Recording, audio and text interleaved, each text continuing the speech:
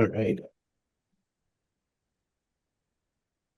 We're at 12 o'clock my time, 3 o'clock East Coast time, and top of the hour everywhere else.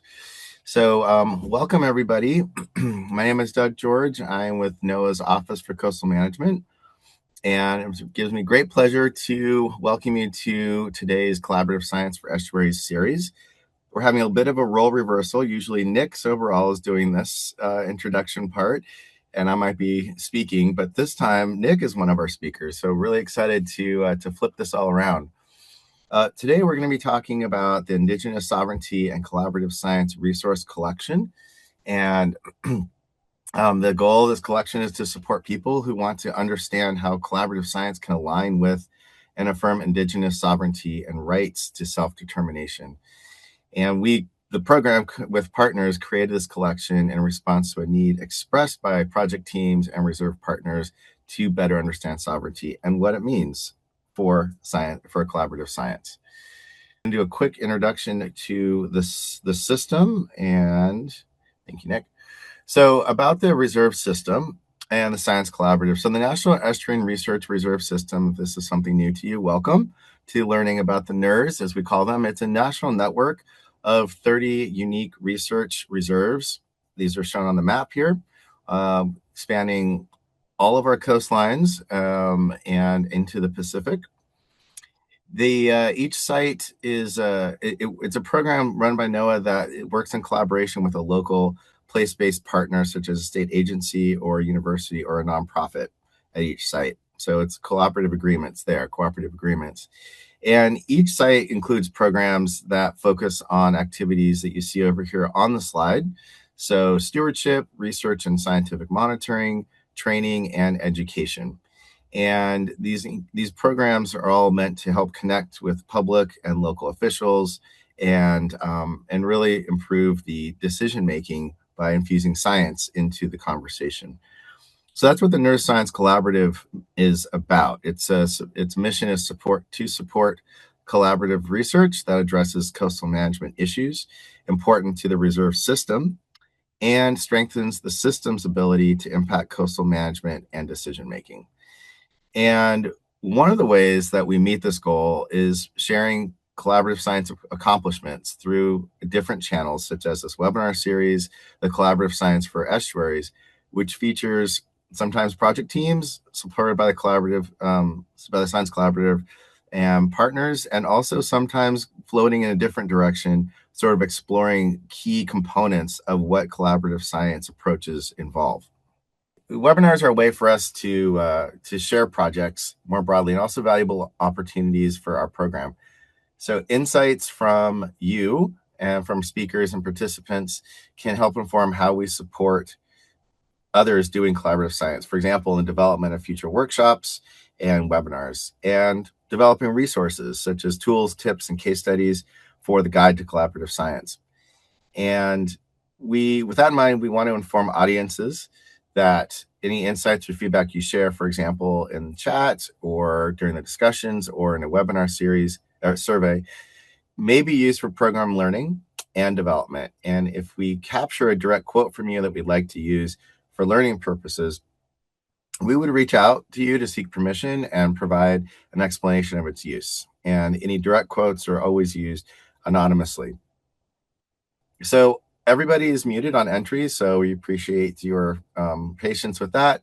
And we'll be handling presentation-related questions via Zoom's Q&A feature.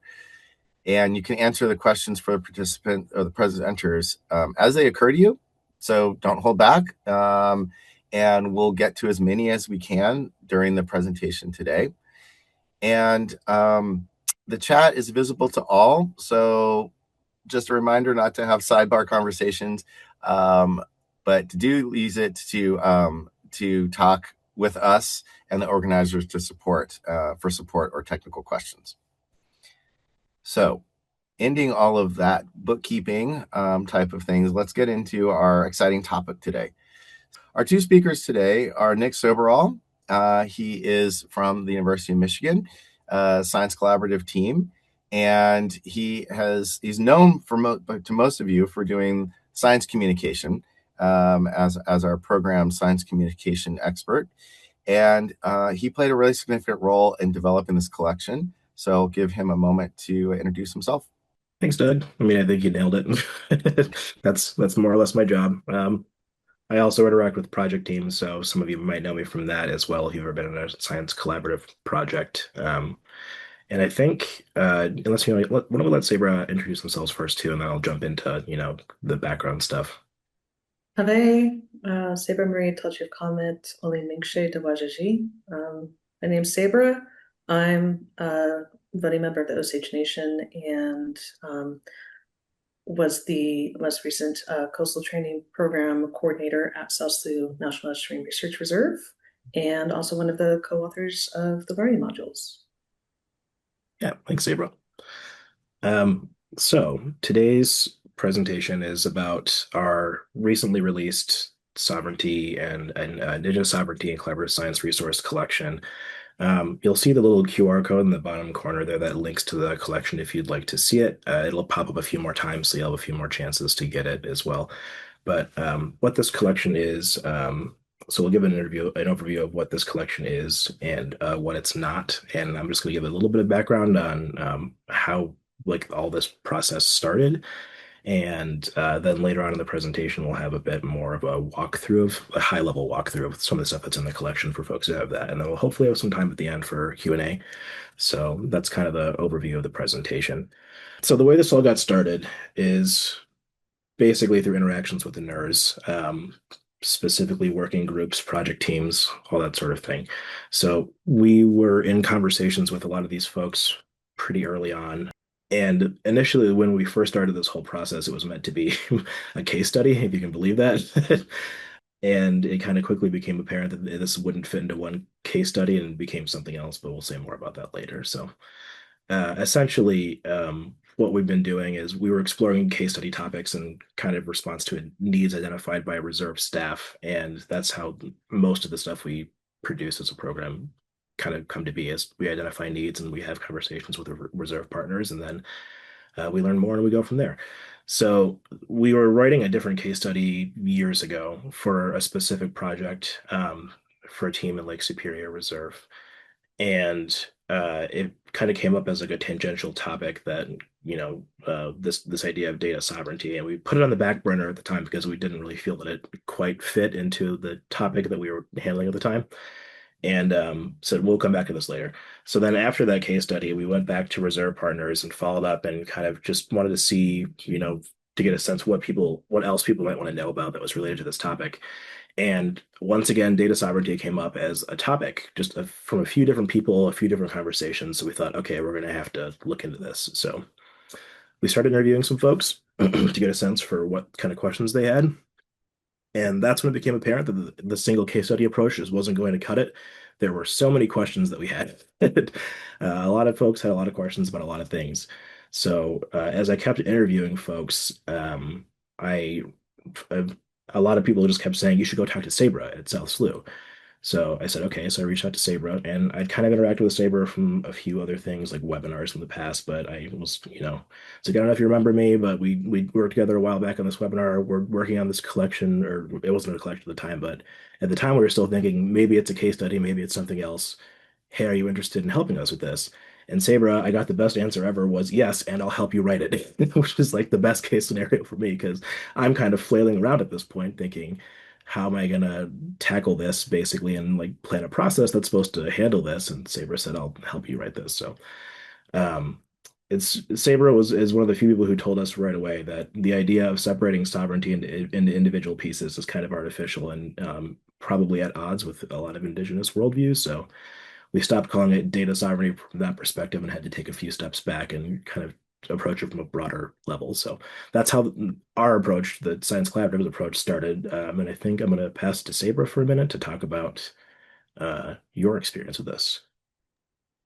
Yes, I definitely came up with this a little bit more sideways and organically over the last, gosh, over a decade.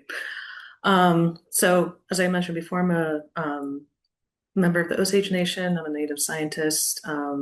Was until I worked with the NERRS, mostly working in the Western science world, but coming with an Indigenous perspective was kind of um, having a hard time finding my way and finding, path or frameworks to work from, which has since changed, which is great. But I started off working in Oregon. Well, actually, working at a small tribe in Northern California, where we were doing interviews with elders, and I learned not by the name, but about the concept of data sovereignty from the Indigenous perspective. When I went to grad school and did a master's thesis, I worked with Oregon coastal tribes, talking about use of marine and coastal species in context of the then brand new state-owned marine reserves. And there were a lot of questions from tribal members around when talking about use and areas, how to protect the information, how information was used, and a lot of those at the time, at least in the circles I was going into, didn't necessarily have, very solid answers. So I kind of flailed my way through that process. I was able to take the Canals Fellowship, which got me to Washington, D.C. soon after grad school.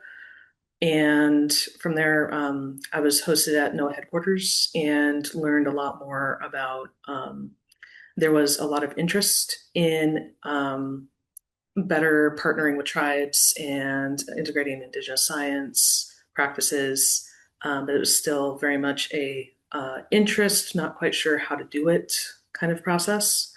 Um, and after that fellowship and a year as a contractor, I was able to come back to Oregon at the South Slough National Marine Research Reserve, which I'd learned about the land and the people before it became a reserve through my master's project. So it was pretty exciting to come back to that area in a different perspective. And at that time, and through now, South Slough has had really strong partnerships with their local tribes, um, and has kind of figured out some of their own processes, but definitely had ongoing questions of how to do this broadly, how to, take lessons learned, how to learn from peers. And as Nick explained, that's kind of how I came into the conversation. Oh, and at the time, the NERRS annual meetings were also convening some working groups and just a lot of questions around, again, partnering with tribes at reserves that didn't necessarily have their own frameworks or practices already in place. So this was definitely a question that was being asked across a lot of different subsections of the NERRS. Yeah, that's a really good point. I think we'll talk a little bit about the development approach at just a high level. It's a question we get a lot is just how did you actually write this? So it's just, I'm not going to dive too much into the details of all of it, but at a high level. So um, this little image that I threw together in Google Slides is the gist of it, basically, and this is how we do a lot of development, especially for things that we develop collaboratively. But we have a lot of drafting stuff that we do where we put together our best guess basically, and then we pass it around sometimes internally, sometimes with an external group. In this case, it was a lot of both. So there were a lot of co-authors and a lot of pieces moving simultaneously for this. And then we typically will discuss the things that we were finding through those or the comments that we see in the review sections for each of these things, and we will revise stuff and we'll do it again basically. So that's kind of the main cycle. And we did this for all the written stuff. And initially, when we wrote this, if you can believe this, we had thought, let's just make this one huge document. And that document was like 50 something pages long. And we thought, no one will read this or use this. So we decided to split it into chunks instead, which was kind of something that Saber and I had discussed way back when we first started scoping this, was like, what if we did like educational modules or something, and that way people can just kind of jump in wherever they feel comfortable. And so we kind of revisited that thought later on after we had drafted, again, a lot of pages of content. And we kind of like the modular approach for a few reasons. And one of them is that it lets us kind of recommend a loose order to them so that you can go in wherever you want to. But it's also, if you are coming to this brand new, you see sort of like a natural progression that should make sense to you. Um, It also lets us add and adjust things on the fly. So if we need to update one section, we don't have to redo the whole thing. We can just update that one section. So that's kind of why we chose the modular approach. Saber, is there anything you would add about the module ideas? Oh, yeah, just a couple points. As with most things with the NERRS, this is an ever-evolving topic that reacts to both the needs and capacity of the Indigenous communities around the reserves, as well as the researchers working in collaborative science. Hence, the need for this to be a living document or a series of modules.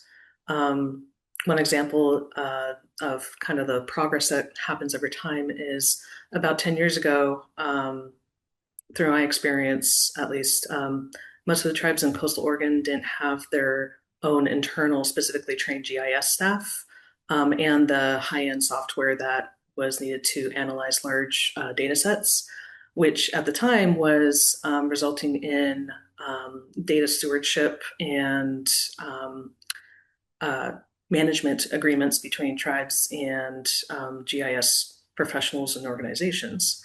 But now, more recently, a lot of the tribes in that geography now have their own staff capacity, software, and everything. So the practices has now turned to internal stewardship of their own data. So one of the reasons why we're trying to keep this, specific but also general, is to keep this relevant for those kinds of evolutions. So I'll say a bit more about the review process too, and who we recruited as reviewers, and why we did that. So because of, and probably just because of the complexity and in many cases the sensitivity of some of the content that's in here, we felt that it was really important to bring in some external perspectives to just kind of give us, if not a gut check, then just outwardly tell us you're wrong about this for some of this content. We didn't feel that it was really necessarily our place to share some of the stuff, particularly some of the historical stuff. And we did our best to write at a high level that is not going to do justice to the full history. Because what the main thing we kept hearing and seeing and reading in a bunch of places is that every single Indigenous community has their own history, and we didn't want to come across with this collection as if that was something that could just be kind of generalized and summarized into in one document. The historical module is pretty short, and it's in the grand scheme of things, and it's mostly meant to give people a baseline understanding of just the general approach that the U.S. has taken basically in the early days, especially the United States and before the United States was even a country. So we did a lot of external seeking of opinions to make sure that things were coming together in a way that made sense. And we have a list of the folks who served as reviewers on the collection page, one of the collection pages, but just at a high level, we had some folks from Native Governance Center that helped us kind of shape the overall approach and confirm that the history was on the right track. And we had some professors from a variety of places. We had some folks who had their own experiences working with tribal partners, indigenous partners, and projects for our projects and other projects.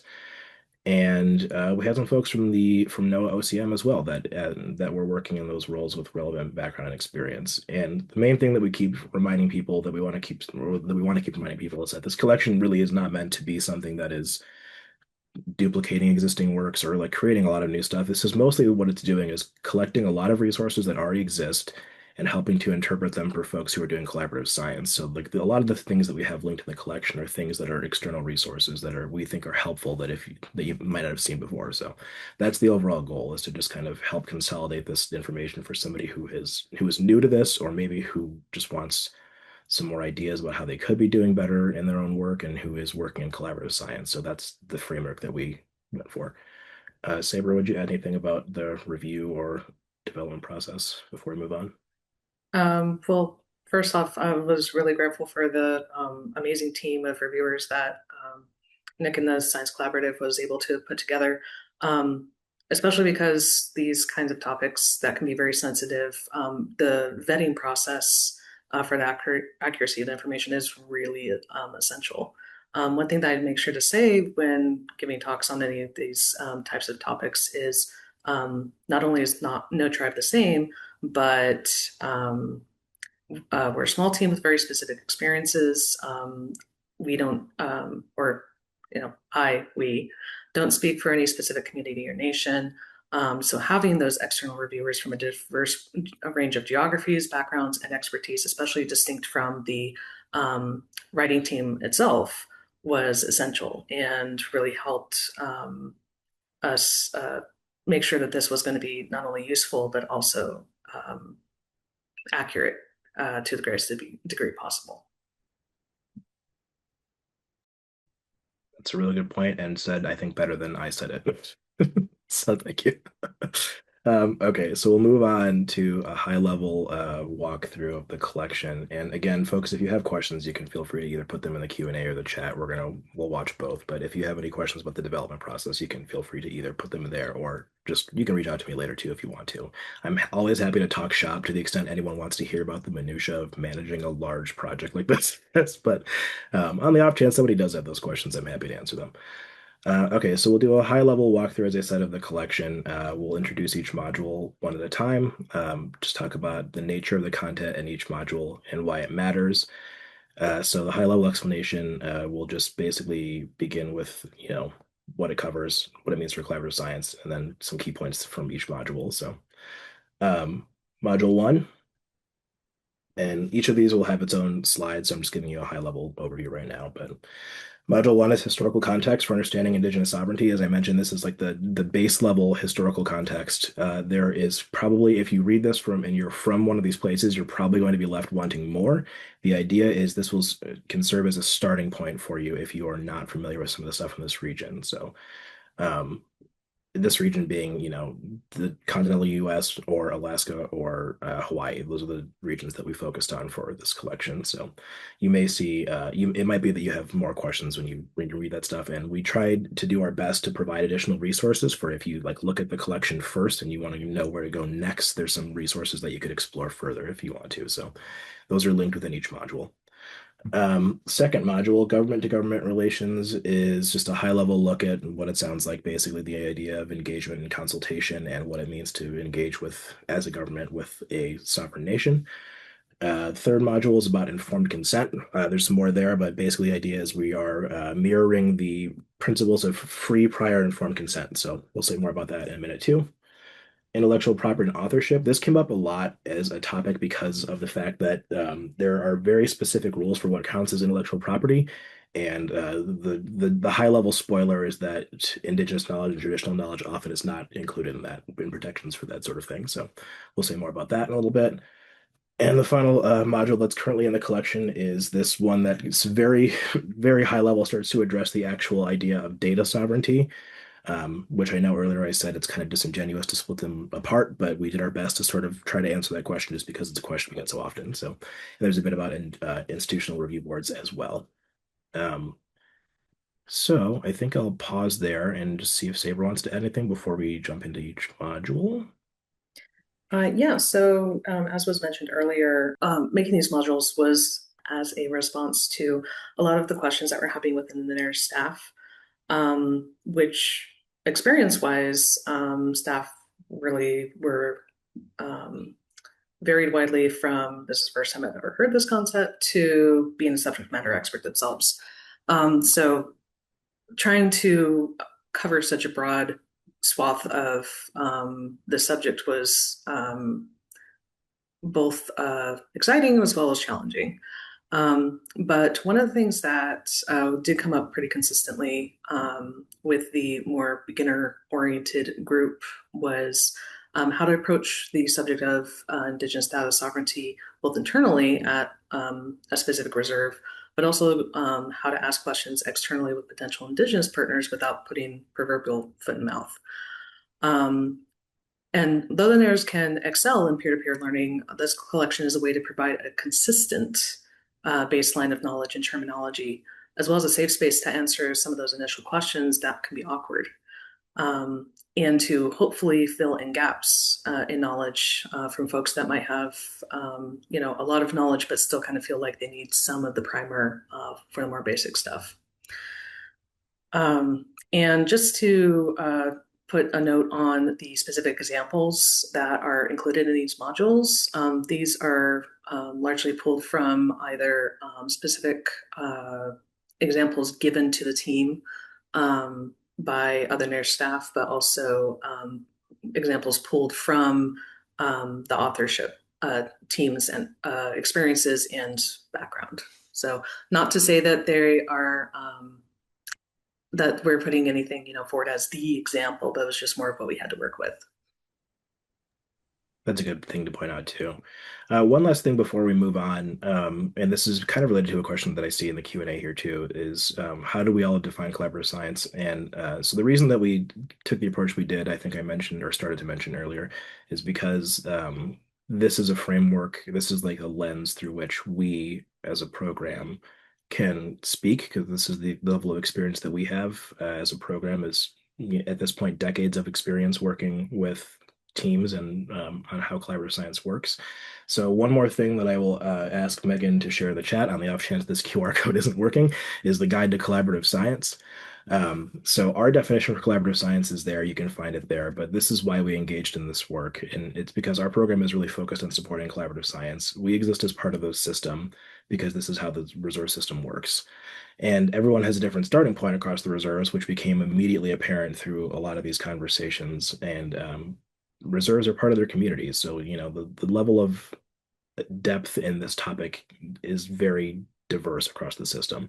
Everyone has a unique context. So, I just wanted to make a quick plug for that information. If you want it, you can find it there, and we'll say a bit more about that later. You can also answer any follow-up questions about our approach to collaborative science, but chances are you'll see the definition there, and you'll see why we approach this the way that we did. So, okay, and thank you, Megan, for sharing that in the chat. I will move on to the first slide overview, which is Module 1, Context for Understanding Indigenous Sovereignty.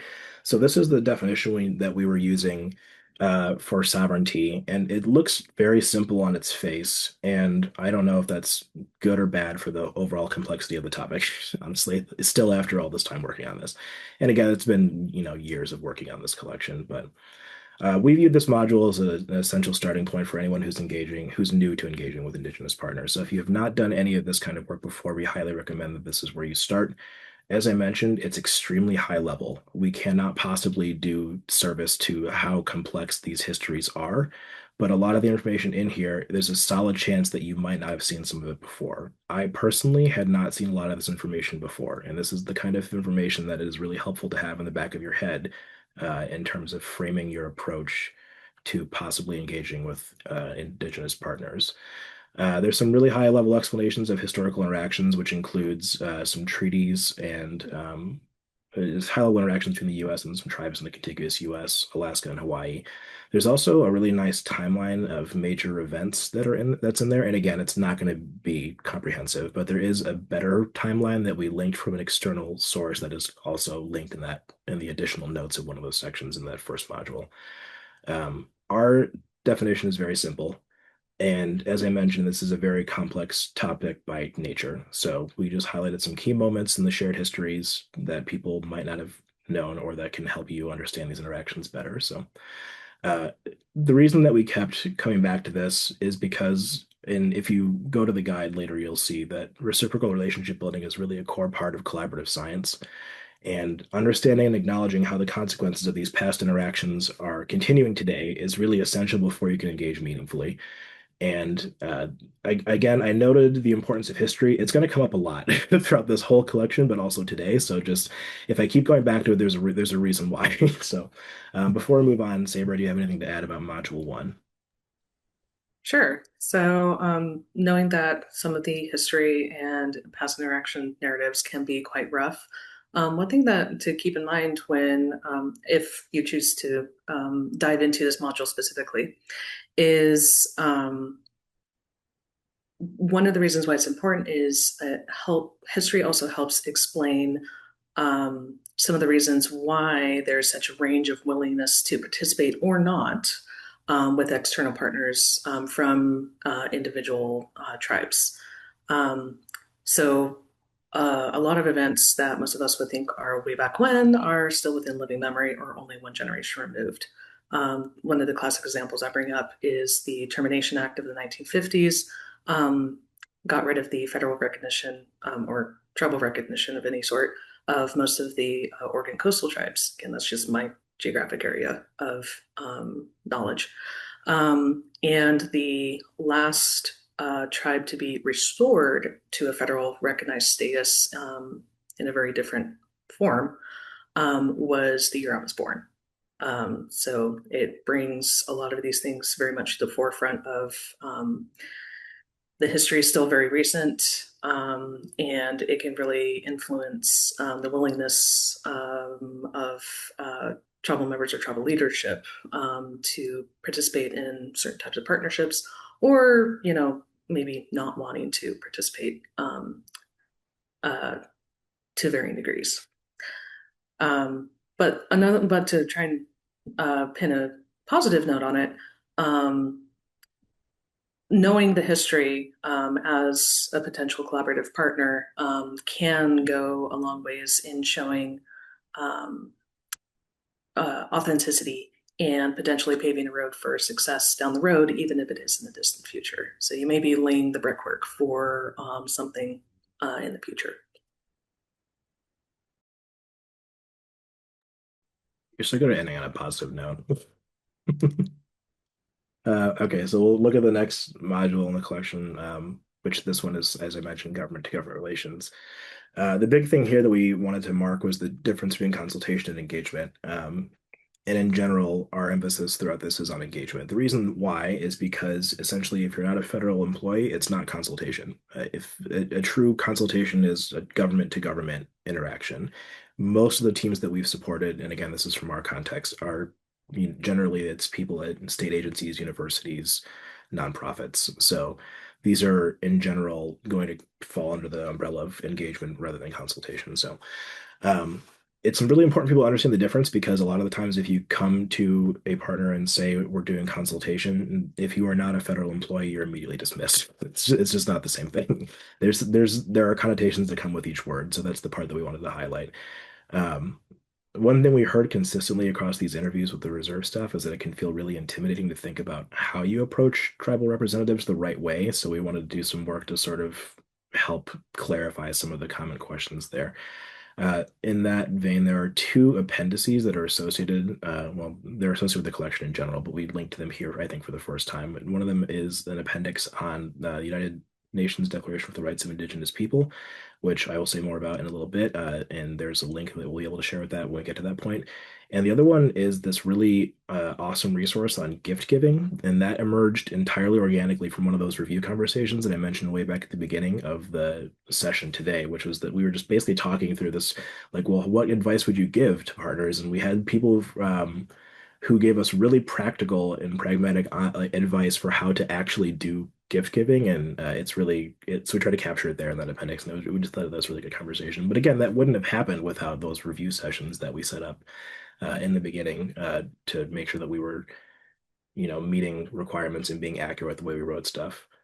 And Sabra, I know you wanted to say a bit more about consultation, so I'll pitch it to you now. So going outside of the federal context, but to um, probably more state-based conversations. Another way that I've seen consultation versus engagement framed is big C or capital C consultation versus little c consultation. The big C consultation being the more formal process, and the little c being the more informal engagement process. So if you see those interchangeably used, they're more or less the same thing.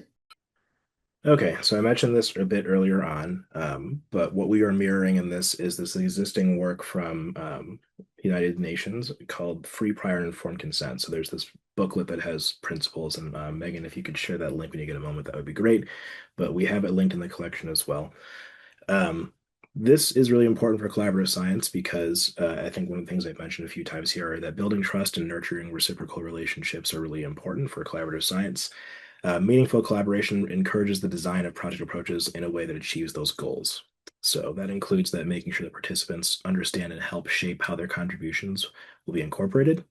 And we want to make sure that people are starting from a position that understands the complexity of protecting Indigenous knowledge is essential. So um, there's a bit more we'll say about this later, kind of related to that, about data management plans and how they can help make sure that they're highlighting how Indigenous knowledge can be respectfully integrated into a project. And again, we'll say more about that in a bit.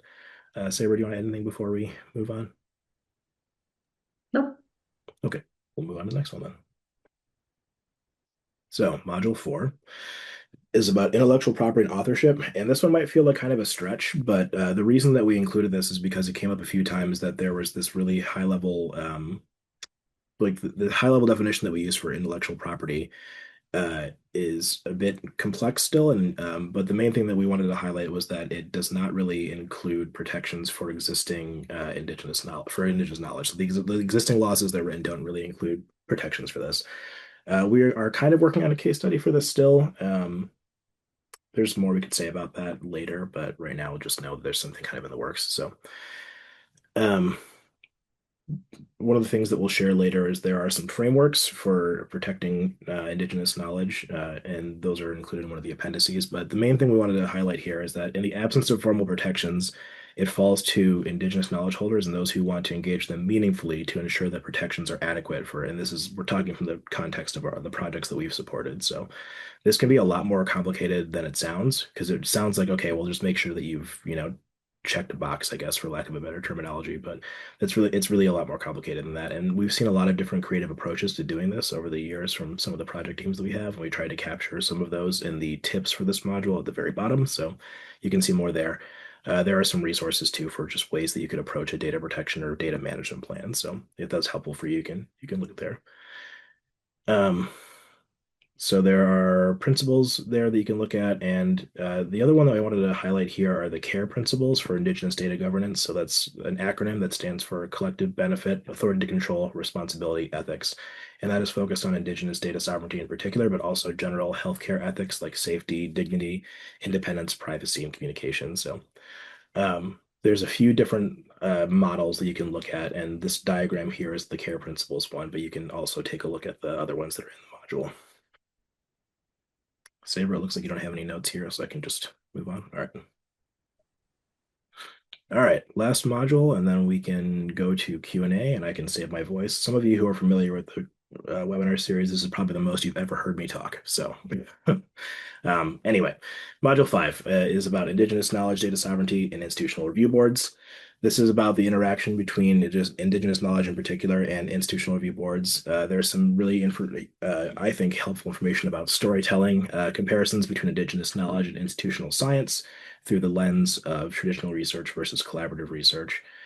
And I know I've said this a few times already, but it bears repeating that generally it's not a good idea to consider breaking up sovereignty into like individual pieces. But in the context of we keep getting this question about like how do you protect data in the context of Indigenous knowledge, we thought it was worth diving into in more detail. So um, another thing we highlight in this module is the concept of institutional review boards as we know them and what they are actually protected to create and what they are created to protect and what they don't actually protect. So these were initially created to protect human subjects, specifically in medical research. And it's not really intended to protect data or safeguard the community as opposed to the individual well-being or support sovereignty.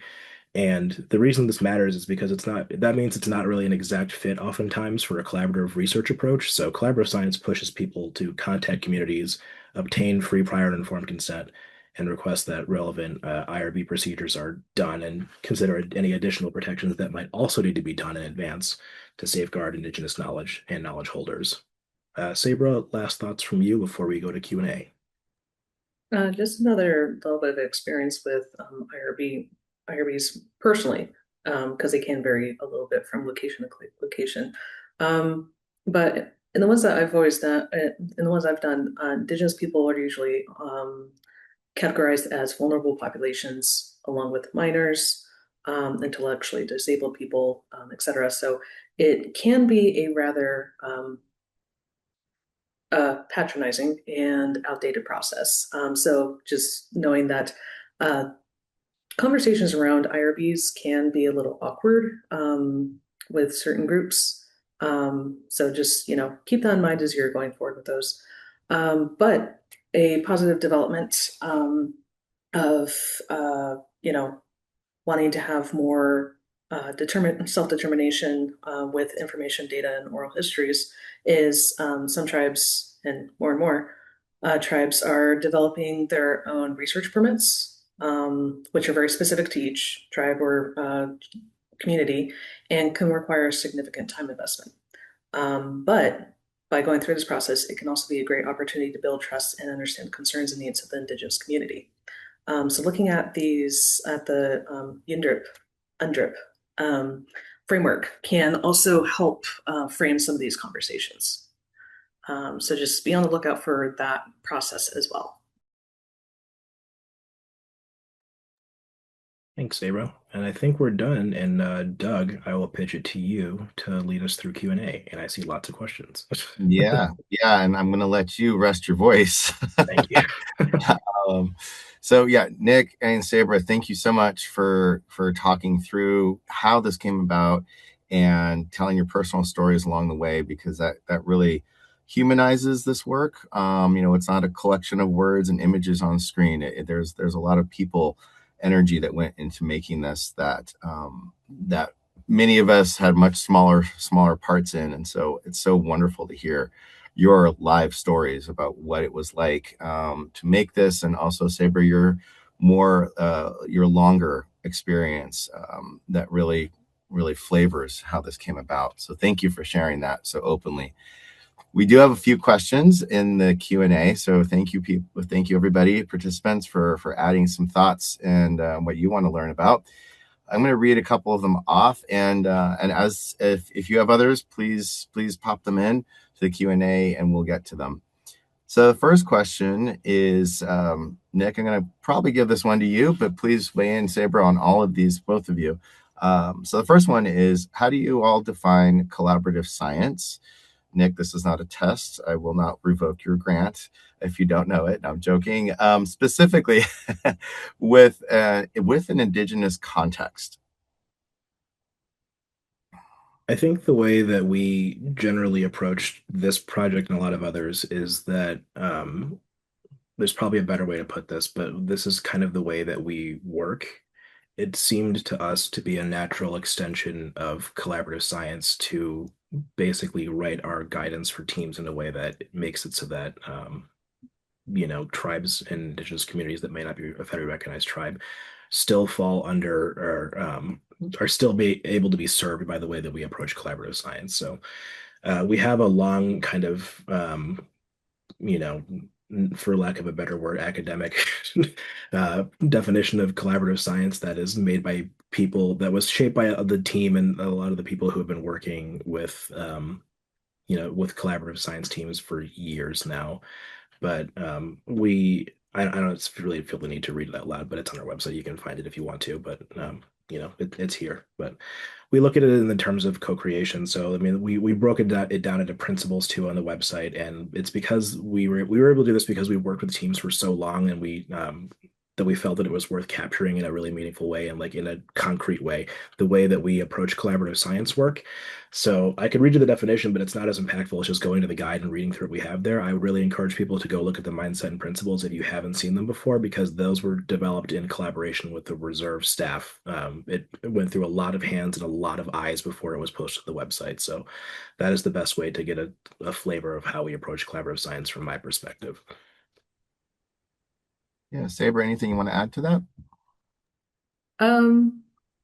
Just a little bit that because I've worked internally at tribes as well as externally as a partner.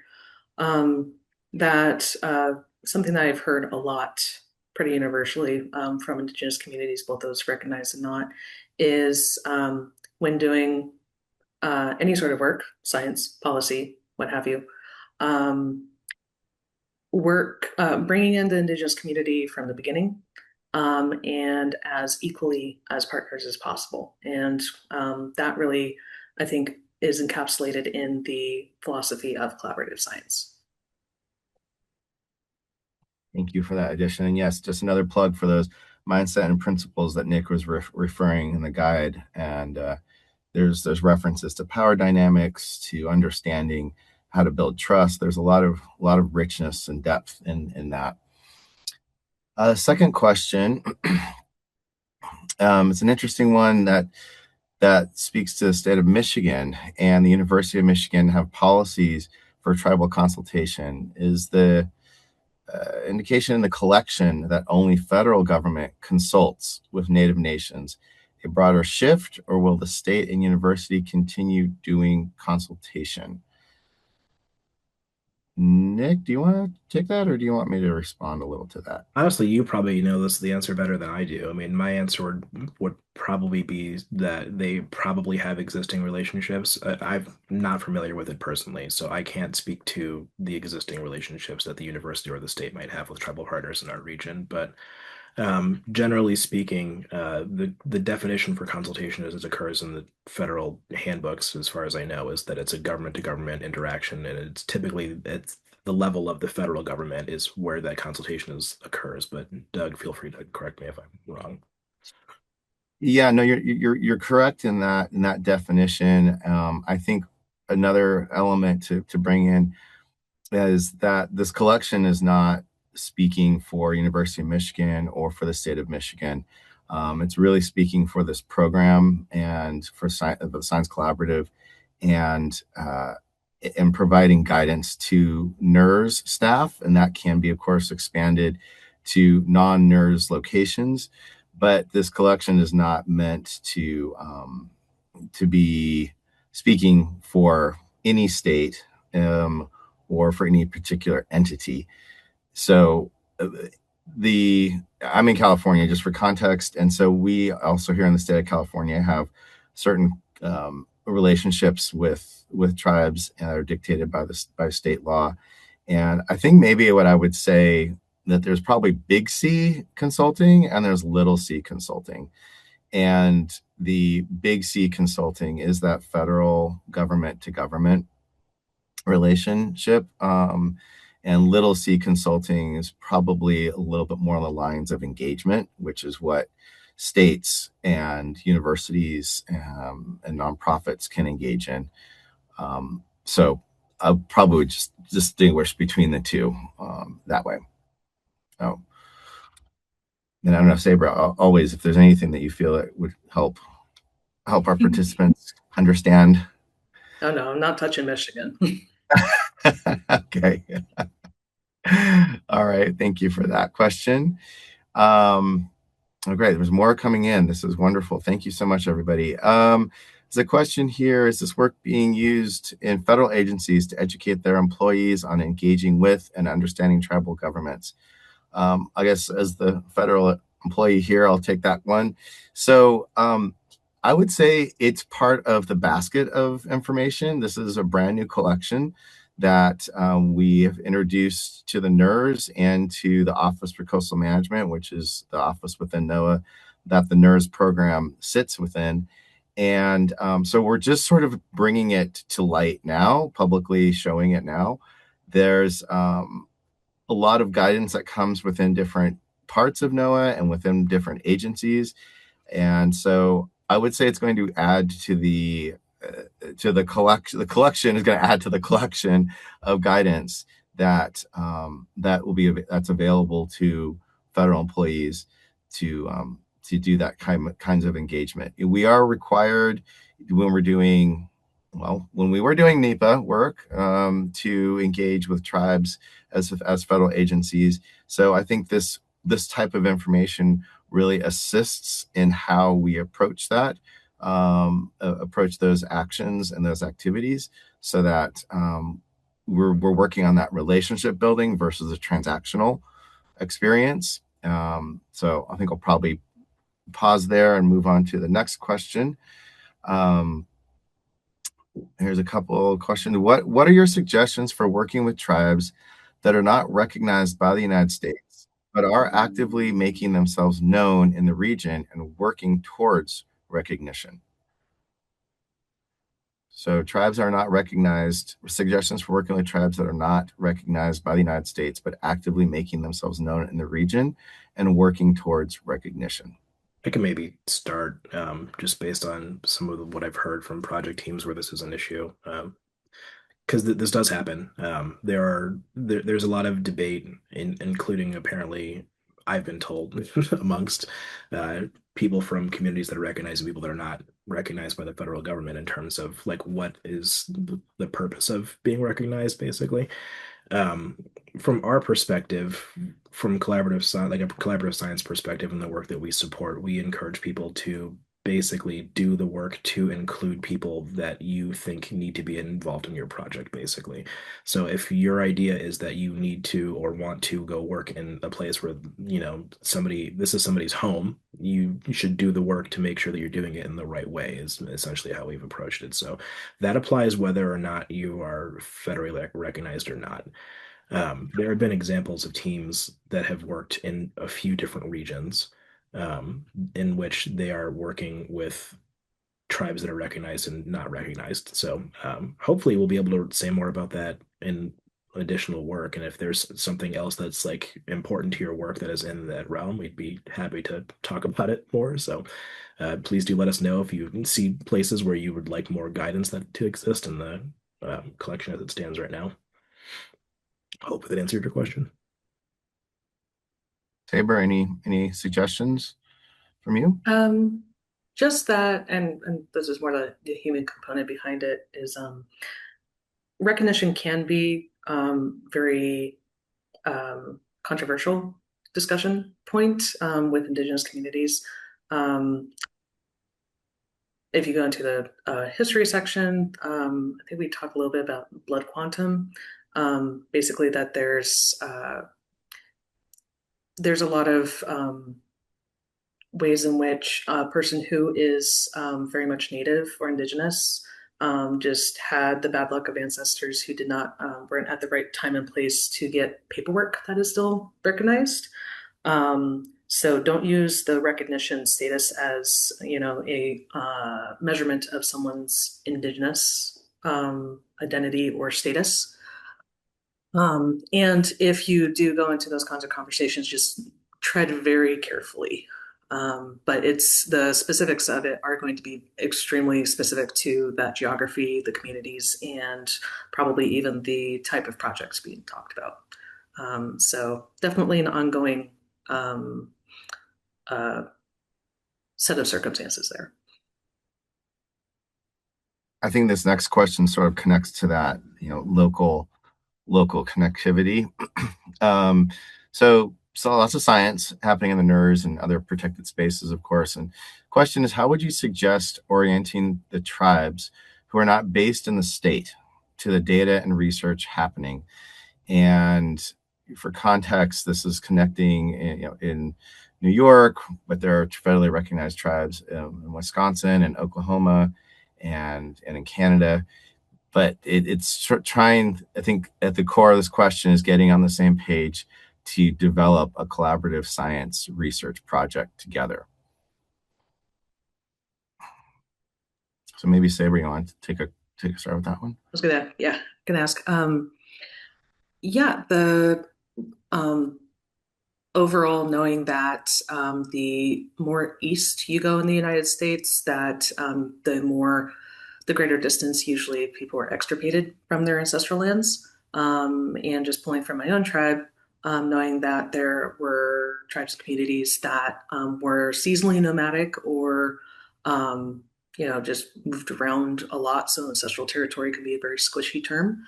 But one of the things that I know the Osage Nation has done is they have burial mounds up to, I think, 3 states east of their current reservations. So the Tribal Historic Preservation Officers, TIPOs, which are the tribal version of the State Historic Preservation Officers, will be deployed to wider geographies than their reservation lands will cover.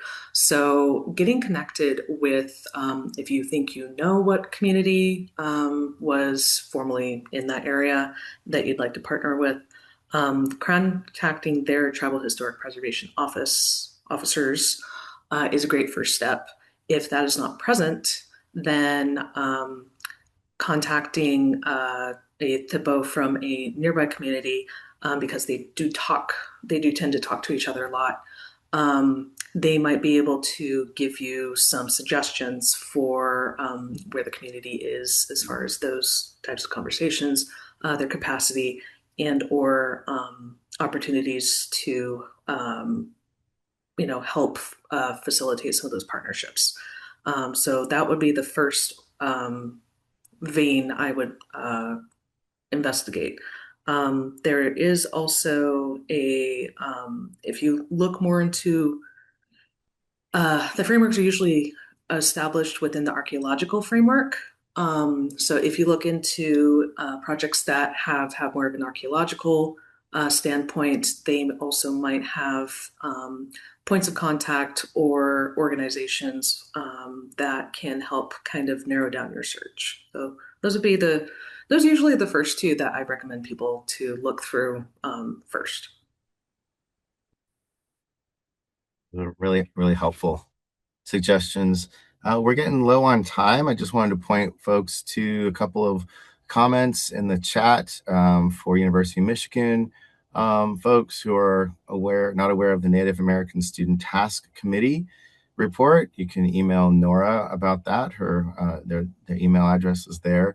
And then just an important acknowledgement about how SABRA